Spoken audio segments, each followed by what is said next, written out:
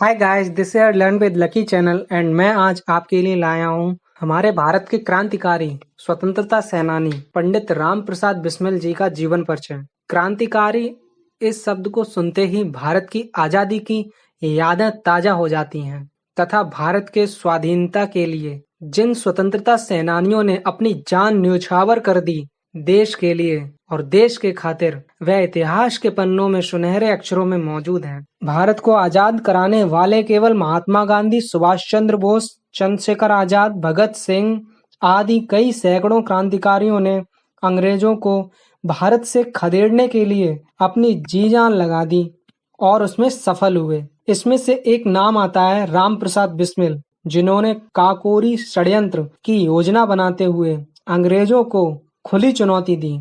इसलिए आज के इस लेख में आपको हम राम प्रसाद बिस्मिल से संबंधित सभी जानकारी जानने को मिलेंगी। कौन थे राम प्रसाद बिस्मिल? राम प्रसाद बिस्मिल, जिन्हें बिस्मिल और राम के उपनाम से भी जाना जाता है, यह भारतीय स्वतंत्रता आंदोलन के प्रमुख क्रांतिकारी में से एक थे, जिनका जन्म 11 जून यानी कि आज के दिन 11 जून सन 1897 को ब्रिटिश साम्राज्य के दौरान शाहजहांपुर में हुआ था। यह हिंदुस्तान रिपब्लिकन एसोसिएशन के सदस्य भी थे, जिन्होंने मैनपुरी षड्यंत्र भाग काकोरी षड्यंत्र के रूप में जैसी घटनाओं को अंजाम दिया था। 19 सितंबर 1927 को सिर्फ 30 वर्ष की आयु में राम प्रसाद बिस्मिल को ब्रिटिश सरकार ने फांसी दे दी, लेकिन कई युवा लोगों के दिमाग में अपनी छाप छोड़ गए। अंग्रेजी की सत्ता हिलाने वाले राम प्रसाद बिस्मिल का जन्म सन 1897 को उत्तर प्रदेश के शाहजहांपुर में हुआ था। फैमिली में इनके पिता का नाम मुरलीधर तथा माता का नाम मोलमती था। जानकारी के अनुसार कहा जाए तो राम प्रसाद बिस्मिल का पैतृक गांव बरमाई में था, जो चंदन के पेड़ों के बीच स्थित है। अगर बात करें उनकी पढ़ाई की, तो वह बचपन से ही पढ़ाई में काफी अच्छे थे, जिसकी वजह से उनकी मुलाकात स्वामी सोमदेव से हुई, जिन्होंने राम प्रसाद बिस्मिल को आर्य समाज के बारे में बताया। बचपन से ही राम प्रसाद बिस्मिल के अंदर क्रांतिकारी विचार पैदा होने लगे थे। उन्हें भारतीय लोगों पर हो रहे अंग्रेजों के द्वारा अत्याचार बर्दाश्त नहीं होते थे और उनकी अंदर पनप रही बदले की आग अंग्रेजों के खिलाफ विरोध करने पर खड़ी उतरी। उन्होंने बहुत कम उम्र में कई घटनाओं को अंजाम दिया एवं एक क्रांतिकारी के रूप में प्रसिद्ध हुए। यह मैनपुरी षड्यंत्र घटना में शामिल भी हुए तथा इस घटना के लीडर राम प्रसाद बिस्मिल ही थे, जिनके साथ 6 और लोग शामिल थे। मैनपुरी षड्यंत्र तब हुआ जब बिस्मिल की मां त्रिवेदी संस्था और पंडित गेंदालाल दीक्षित के शिवाजी समिति का विलय हुआ। तब पंडित गेंदालाल दीक्षित जी आगरा से अपने साथ हथियार लाते हुए पकड़े गए। उन्हें इसके लिए सजा भी हुई और कैद रखा गया, लेकिन वह वहां से भाग निकलने में सफल हुए, जिसके बाद से इस घटना को मैनपुरी षड्यंत्र कहा जाता है। राम प्रसाद बिस्मिल भारतीय एसोसिएशन का गठन बात उस समय की है जब चौरी चौरा कांड के बाद महात्मा गांधी जी ने अचानक असहयोग आंदोलन वापस लेने का फैसला लिया। इस फैसले से कई क्रांतिकारी तथा अन्य युवा सेनानी हताश थे। वह नहीं चाहते थे महात्मा गांधी जी असहयोग आंदोलन वापस लें, क्योंकि जब महात्मा गांधी ने असहयोग आंदोलन शुरू किया तब इस आंदोलन में कई क्रांतिकारी युवा सेनानी शामिल हुए थे तथा अन्य पढ़ाई कर रहे विद्यार्थियों ने इस आंदोलन में भारी मात्रा में हिस्सा लिया। इस आंदोलन का मुख्य उद्देश्य अंग्रेजों की सत्ता को भारत से हटाना था। ऐसे में राम प्रसाद बिस्मिल के साथ साथ अशफाक उल्लाह खां, सरीखे तथा चंद्रशेखर आजाद जैसे युवा सेनानी काफी निराश हुए, जिसके चलते उन्होंने अंग्रेजों के खिलाफ विद्रोह तथा विनाश करने के लिए एक संगठन का निर्माण किया, जिसका नाम था हिंदुस्तान रिपब्लिकन एसोसिएशन। इसकी स्थापना लाला हरदयाल सोमदेव तथा राम प्रसाद बिस्मिल ने की थी। हथियार के लिए बनाई काकोरी कांड की योजना। अब आता है काकोरी कांड। हमारे क्रांतिकारी राम प्रसाद बिस्मिल जी ने हथियार के लिए बनाई काकोरी कांड की योजना, अर्थात काकोरी षड्यंत्र की योजना बनाई। इस षड्यंत्र के बारे में कहें तो भारत का सबसे महंगा और आपराधिक मुद्दा कौन सा था? अधिकांश लोग कसाब वाले केस का नाम लेंगे, जिसमें करीब 55 करोड़ रुपए भारत सरकार ने खर्च किए, लेकिन जवाब तो गलत है। हम आपको बताने जा रहे हैं एक ऐसे केस की हकीकत जिसे भारत का सबसे महंगा और चर्चित मुकदमा कहा जाए तो हैरत नहीं होगी। दूसरा पक्ष बिना वकील के लड़ा, और ऐसा लड़ा कि 2.5 साल में अंग्रेजों को करीब 250 करोड़ आज की कीमत से रुपए खर्च करने पर मजबूर होना पड़ा। यही नहीं, मामले की जांच भी स्कॉटलैंड पुलिस के सबसे तेज तर्रार अफसर को सौंपी। यह मुकदमा सरकार बनाम रामप्रसाद बिस्मिल और अन्य के नाम से इतिहास में प्रसिद्ध है। 9 अगस्त सन 1925 के दिन काकोरी में जो ट्रेन लूटी गई, उसकी कहानी आपको पता है। उसमें 20 क्रांतिकारियों पर जो मुकदमा चला, उसी केस की हम बात कर रहे हैं। उस केस में अंग्रेज सरकार ने उस जमाने के 10 लाख रुपए खर्च किए थे। उस 2.5 साल के वक्त में सोने की कीमत 18 से 18.75 रुपए प्रति तोला के भीतर रही थी। यदि आज के 50,000 प्रति 10 ग्राम की कीमत से उस रकम को आंका जाए तो यह करीब 260 करोड़ रुपए बैठती। अच्छा, यह था प्रकरण काकोरी षड्यंत्र का। रामप्रसाद बिस्मिल के शाहजहांपुर स्थित उनके घर पर 7 अगस्त 1925 को हुई एक आकस्मिक बैठक में इस निर्णय पर मोहर लगी कि काकोरी में ब्रिटिश सरकार का खजाना लूटना है। तय समय पर शाहजहांपुर रेलवे स्टेशन से बिस्मिल के नेतृत्व में अशफाक उल्लाह खां, राजेंद्र लाहिड़ी, चंद्रशेखर आजाद, शचीन्द्र नाथ बख्शी, मनमथ नाथ गुप्त, मुकुंदी लाल, केशव चक्रवर्ती, मुरारी शर्मा, इनका वास्तविक नाम मुरारी लाल गुप्ता, तथा बनवारी लाल शामिल हुए। वे डाउन सहारनपुर लखनऊ पैसेंजर रेलगाड़ी में 9 अगस्त 1925 को सवार हुए, जिनके पास स्थानीय कट्टों के अलावा 4 जर्मन माउजर पिस्तौल भी थे। लखनऊ से पहले ठीक काकोरी रेलवे स्टेशन गाड़ी रुकवाकर सरकारी खजाना लूट लिया था। इससे अहमद अली नाम का एक मुसाफिर मारा भी गया था। धोबी ने पहचाना था क्रांतिकारियों को। मौके पर छूट गई चादर पर लगे धोबी के टैग से क्रांतिकारियों की पहचान हो गई। अगले दिन अखबारों के माध्यम से यह खबर पूरी दुनिया में फैल गई। ब्रिटिश सरकार ने इस ट्रेन डकैती को गंभीरता से लिया और डीआईजी के सहायक सीआईडी इंस्पेक्टर आर.ए. हार्टन के नेतृत्व में स्कॉटलैंड की सबसे तेज तर्रार पुलिस को इसकी जांच का कार्य सौंपा। क्रांतिकारी एक एक करके गिरफ्तार हुए। इसलिए की थी काकोरी की लूट। आजादी की लड़ाई के लिए पैसे और हथियारों की जरूरत थी। पैसे कहां से आए? इस समस्या को सुलझाने के लिए 9 अगस्त 1925 को सरकारी खजाना ले जा रहे सहारनपुर लखनऊ पैसेंजर ट्रेन को काकोरी स्थित बाजनगर के पास लूट लिया गया। लूट की कुल रकम 4,601 रुपए 15 आने और 6 पाई थी।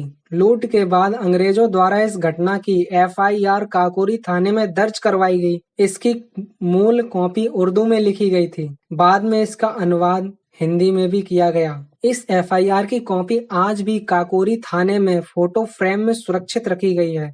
इस फ्रेम में एफआईआर का एक पन्ना भर ही सुरक्षित है। अभियुक्तों की संख्या 20 से 25 और लूट की रकम 4,601 रुपए 15 आने और 6 पाई बताई गई है। हालांकि सरकार की ओर से काकोरी स्मारक में लगे शिलापट्ट के अनुसार लूट 8,000 की हुई थी। इस लूट की घटना ने अंग्रेजी हुकूमत को हिलाकर रख दिया था। क्रांतिकारियों द्वारा आजादी का बिगुल फूंकने में भी काकोरी षड्यंत्र ने महत्वपूर्ण योगदान दिया। थिएटर में बनी थी अदालत। सभी को लखनऊ जिला जेल की 11 नंबर बैरक में रखा गया था। खास इसी मुकदमे के लिए हजरतगंज चौराहे के पास रिंग थिएटर नाम की एक आलीशान बिल्डिंग में अस्थायी अदालत का निर्माण किया गया।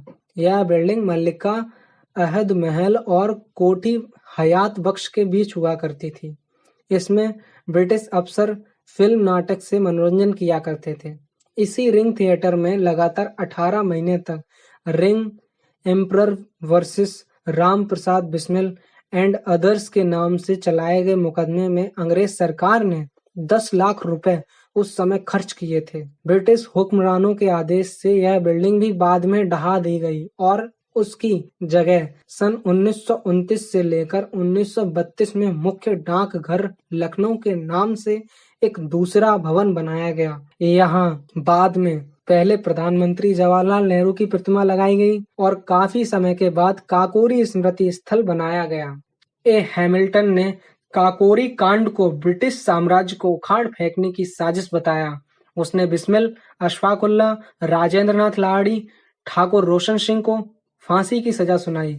इस फैसले के विरुद्ध 18 जुलाई 1929 को अवध के मुख्य न्यायालय में अर्जी दाखिल की गई। चीफ कोर्ट के मुख्य न्यायाधीश सर लुइस सर्ट और विशेष न्यायाधीश मोहम्मद रजा के सामने दोनों मामले पेश हुए।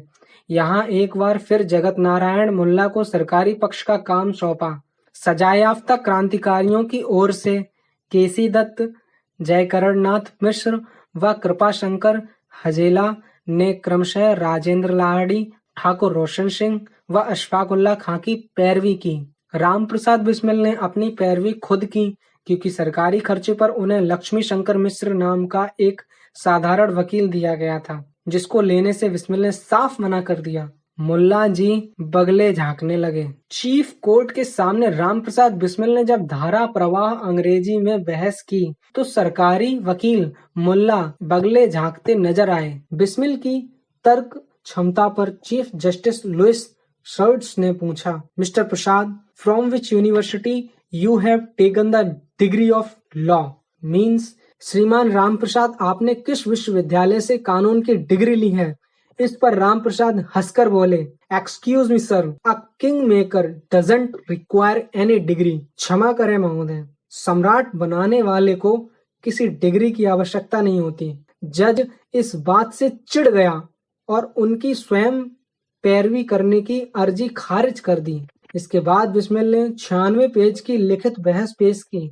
उसे पढ़कर जजों ने यह शंका जताई कि बहस बिस्मिल ने स्वयं न लिखकर किसी विधिवेत्ता से लिखवाई है। आखिर में अदालत ने उसी लक्ष्मी शंकर मिश्र को बहस करने की इजाजत दी, जिसे लेने से बिस्मिल ने पहले ही मना कर दिया था। मुल्ला को शायरी पड़ी भारी। सरकारी पक्ष के वकील और पंडित नेहरू के रिश्तेदार पंडित जगत नारायण मुल्ला उर्दू के शायर भी थे। उन्होंने अभियुक्तों के लिए मुलजिमान की जगह मुलाजिम शब्द बोल दिया। बिस्मिल ने तपाक से उन पर से चुटीली फप्ती कसी, मुलाजिम हमको मत कहिए, बड़ा अफसोस होता है। अदालत के अदब से हम यहाँ तशरीफ लाए हैं, पलट देते हैं हर मौजे हवादिस अपनी जुर्रत से, कि हमने आंधियों में भी चिराग अक्सर जलाए हैं। कहने का अर्थ था कि मुलाजिम बिस्मिल नहीं बल्कि मुल्ला जी हैं, जो सरकार से तनख्वाह लेते हैं। क्रांतिकारी जो राजनीतिक बंदी हैं, अतः उनके साथ तमीज से पेश आए। इसके साथ ही यह चेतावनी दे डाली कि वे समुद्र की लहरों तक को अपने दुस्साहस से पलटने का दम रखते हैं। ऐसे में मुकदमे की बाजी पलटना कौन सी बड़ी बात है। भला इतना बोलने के बाद किसी की हिम्मत थी जो बिस्मिल के आगे ठहरता। मुल्ला जी को पसीने छूट गए और उन्होंने कन्नी काटने में ही भलाई समझी। वे चुपचाप पिछले दरवाजे से खिसक गए। फिर उस दिन उन्होंने कोई जिरह नहीं की। यह आया मुख्य फैसला। चीफ कोर्ट में सचिंद्र नाथ सान्याल, भूपेंद्र नाथ सान्याल व बनवारी लाल को छोड़कर शेष सभी क्रांतिकारियों ने अपील की थी। 22 अगस्त 1929 को जो फैसला सुनाया गया उसके अनुसार रामप्रसाद बिस्मिल, राजेंद्र नाथ लाहिड़ी व अशफाक उल्लाह खां ब्रिटिश साम्राज्य के खिलाफ युद्ध छेड़ने की साजिश, षड्यंत्र, हत्या व डकैती के मामले में फांसी का हुक्म सुनाया। सचिंद्र नाथ सान्याल को उम्र कैद बरकरार रखी। सचिंद्र के छोटे भाई भूपेंद्र नाथ सान्याल व बनवारी लाल को 5-5 वर्ष की सजा, योगेश चंद्र चटर्जी, मुकुंदी लाल व गोविंद चरण कार की सजाएं 10 वर्ष से बढ़ाकर उम्र कैद में बदल दी। सुरेंद्र चंद्र, सुरेश चंद्र भट्टाचार्य व विष्णु शरण दुबलिश की सजाएं भी 7 वर्ष कायम रहीं। खूबसूरत हैंड राइटिंग में लिखकर अपील देने के कारण केवल प्रवेश चटर्जी की सजा को 5 से घटाकर 4 कर दिया गया। सबसे कम सजा रामनाथ पांडेय को हुई। मनमथ नाथ गुप्त, जिनकी गोली से मुसाफिर मारा गया, उसकी सजा बढ़ाते हुए 14 वर्ष कर दी गई।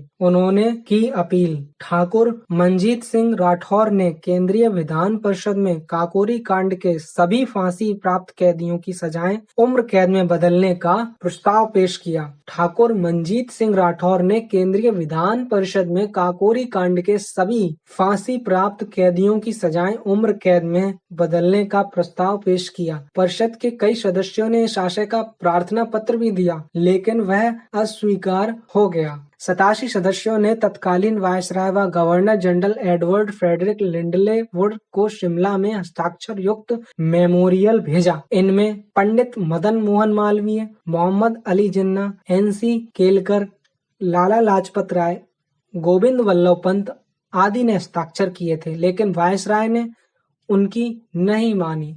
मदन मोहन मालवीय के नेतृत्व में 5 व्यक्तियों का एक प्रतिनिधि मंडल शिमला जाकर भी वायसराय से मिला, लेकिन नतीजा नहीं बदला।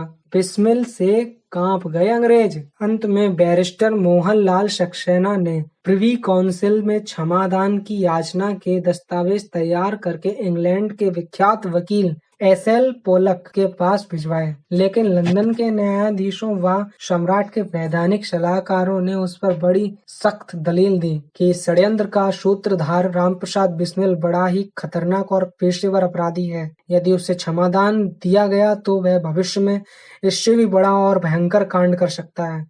उस स्थिति में सरकार को हिंदुस्तान में शासन करना असंभव हो जाएगा। इस सब का परिणाम यह हुआ कि प्रिवी काउंसिल में भेजी गई क्षमादान की अपील भी खारिज हो गई। 1.5 लाख लोगों ने निकाली शव यात्रा। 16 दिसंबर सन 1929 को बिस्मिल ने अपनी आत्मकथा का आखिरी दिन और आखिरी अध्याय अंतिम दिन की बातें पूर्ण करके जेल से बाहर भिजवा दिया। 18 दिसंबर को माता पिता से अंतिम मुलाकात की और सोमवार 19 दिसंबर 1929 को प्रातः 6:30 पर गोरखपुर की जिला जेल में उन्हें अशफाक और रोशन सिंह के साथ फांसी दे दी गई। जनता जेल के फाटक पर एकत्र हो गई। जेल में दीवार को तोड़कर बिस्मिल का शव उनके परिजनों को सौंपा गया। शव को 1.5 लाख लोगों ने जुलूस निकालकर पूरे शहर में घुमाया। बाद में राप्ती नदी के किनारे राजघाट पर उनका अंतिम संस्कार कर दिया। और फांसी के एक दिन पहले बिस्मिल के पिता मुरलीधर अंतिम मुलाकात के लिए गोरखपुर आए। कदाचित मां का हृदय इस आघात को सहन न कर सके,